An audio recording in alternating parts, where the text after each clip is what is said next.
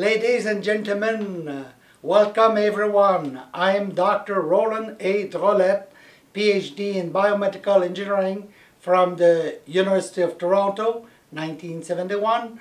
I am the developer and inventor of the RUMART Bihm system that has helped over 1 million people all over the world who were suffering from all kinds of health problems.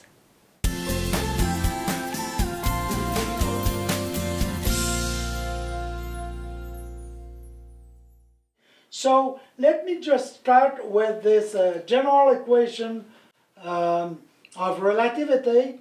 Title is in French, but the equation of Einstein, it's almost the same.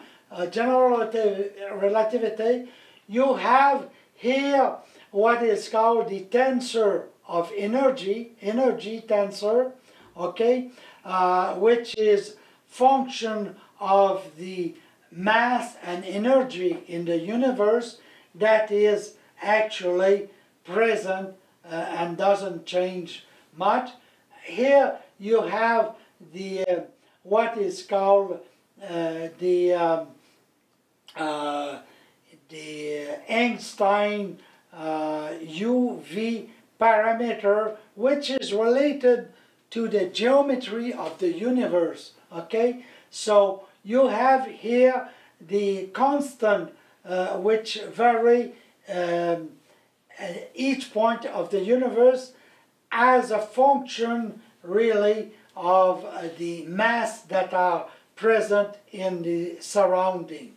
Okay, so actually, without going into all the details, we could say that this equation shows a relation between the energy and the mass in the universe, if you will, that determines the curvature of the universe. Because when you have very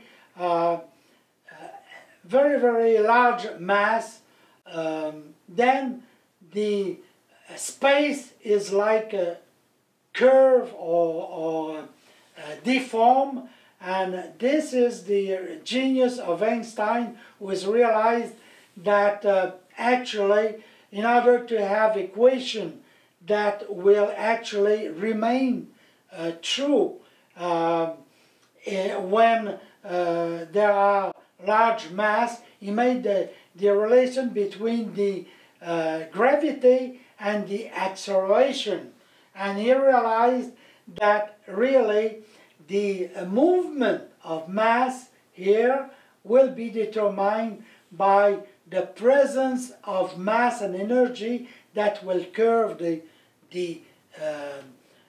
fabric of the universe, the space, if you will. Okay, so this is how space becomes a function of time and time a function of space. So we don't talk about just space or time, but we can talk about space-time, okay?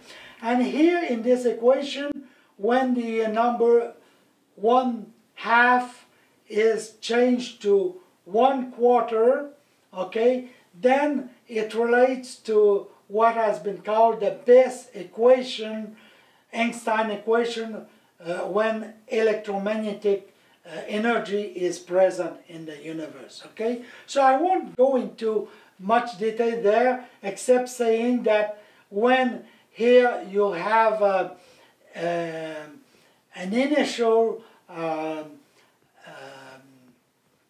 I would say what Einstein I call the cosmologic time constant, or not time constant, but the cosmologic constant simply.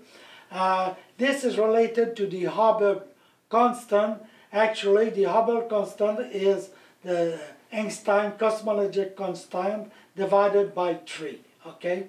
Probably because of the 3 direction. So anyway, I'm just going to tell you a little bit about Einstein's equation for a particle. This is Einstein's equation, well known, mc squared.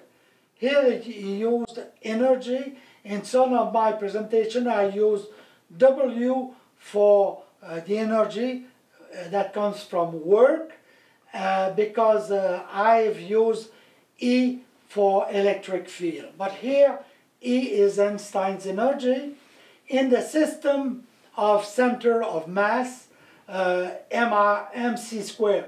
But if you take the energy of the particle square, according to Einstein in experimental measurement, you have what is called, what would be the square of the energy in the center of mass system, okay, because it is square, but it is separated or independent of the energy of impulse. So Cp, this is the impulse and the speed of light. In other words, on top of the energy of mass, mc squared, you have an energy of impulse because a mass is moving, for instance, and in terms of particle, the momentum P has been defined by Bohm, David Bohm, as not only the mass by the speed, but plus a factor involving the electric charge of a particle and what is the potential vector in magnetism from which the magnetic field is deducted.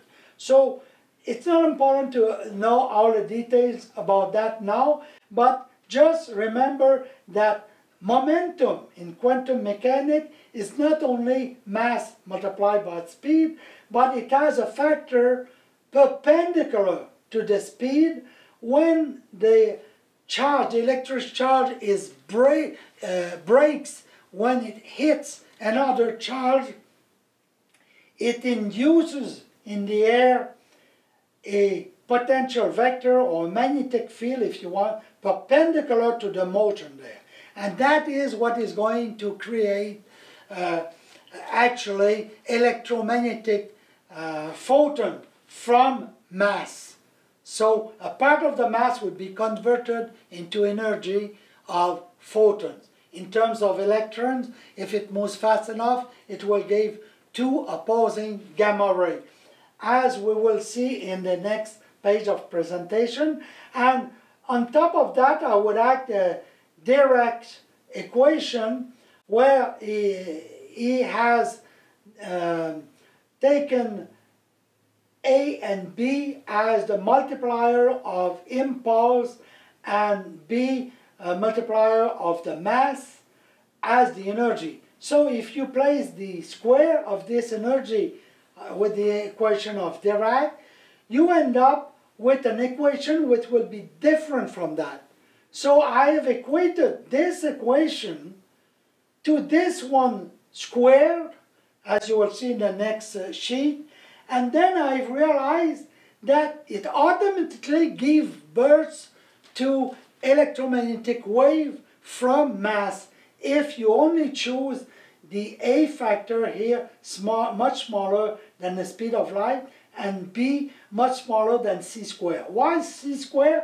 Because this factor is the energy of mass and the units of B is like square of a speed, because you have here mc squared.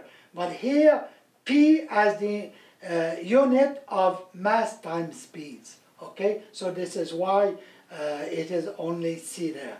So AB, product AB will be much smaller than C cubed, and when two particles hit each other, if they have enough energy, they can create any type of smaller particle.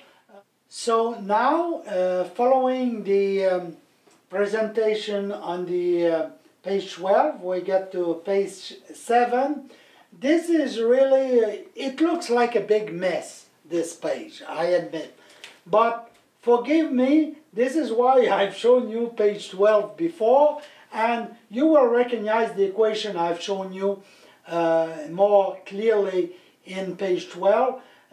The square of the energy, this is Einstein's equation, you recognize, and this is Dirac's equation, the name I've written there, Bohm's equation I've talked about a little bit, And this is Rodrol's equation that I didn't show you, but I told you that if you square this with simply high school mathematics, you get this parameters, 3 times parameter, and which are different from the Einstein's equation, which Einstein's equation holds only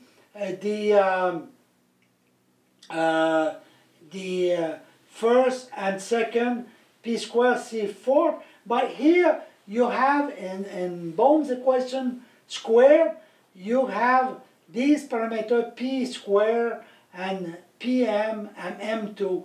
I just realized that when you equate this equation with the parameter a and b introduced by Dirac, you equate this to this, which has the speed of light in both factors instead of a and b. When you equate this to this equation, what you end up after some calculation, here I said Einstein's equation equal Rodrol's equation, that means Einstein's equation, Rodrol's equation, this one.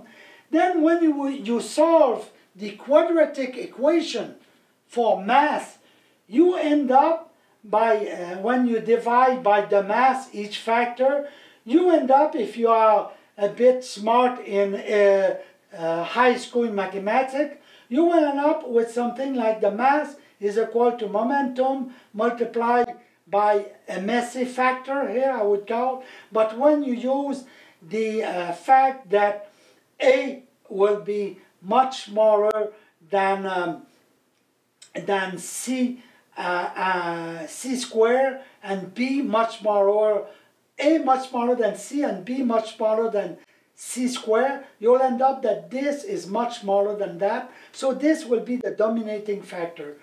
Just roughly, you will end up that the velocity of the particle before hitting the other particle, okay, is given, the afterwards velocity is given by the previous velocity plus or minus a perpendicular factor, which actually is the energy of the photons emitted perpendicularly to the motion of the particle. So here you have a little drawing where you have, example, the elimination of what we call positronium, positive and negative electron circulating against one another, which will give 2 gamma photon if they have enough energy. So when they hit together, they will annihilate and produce 2 perpendicularly emit photons. But if you have 2 perpendicular photons that would hit together, it would cause a reversible phenomenon. So this is well explained in the book Nuclei and Particles from Emilio Segre, an Italian physicist, and this is quite a complicated book of nuclear physics and particles, but this is just to show you that this is not just theory, this is experimentally verified, and from this simple equation there, you end up realizing how Feynman discovered what he called today for the last 25 years Feynman diagrams. He won a Nobel Prize for that. But here, with simple mathematics and a little bit of knowledge about complex number, we realize that with simple equation we can realize that from electromagnetic energy you can create matter and antimatter, and reversely. So I'm going to conclude here because I don't want to get more complicated than that. But this applies to all kinds of elementary particles, and I would conclude on the fact that even the predominance of matter over antimatter in our universe cannot be explained if we try to understand with only our universe. So in order to make this coherent with Einstein and general relativity and quantum mechanics, we have to admit that there are other universes that are predominantly antimatter. So, and these other universes, according to Buddhism and to what we call Théorie des cordes in France, or rope, or wavelength theory, multidimensional theory in physics, we have realized that there could be an infinity of universes. But this is enough for this presentation. I hope, if you are interested, that you see the reference that are mentioned there. So take care. I'm pleased to have you that far, and the next one are going to be simpler. Okay, so stay with me, have a good day, and keep smiling.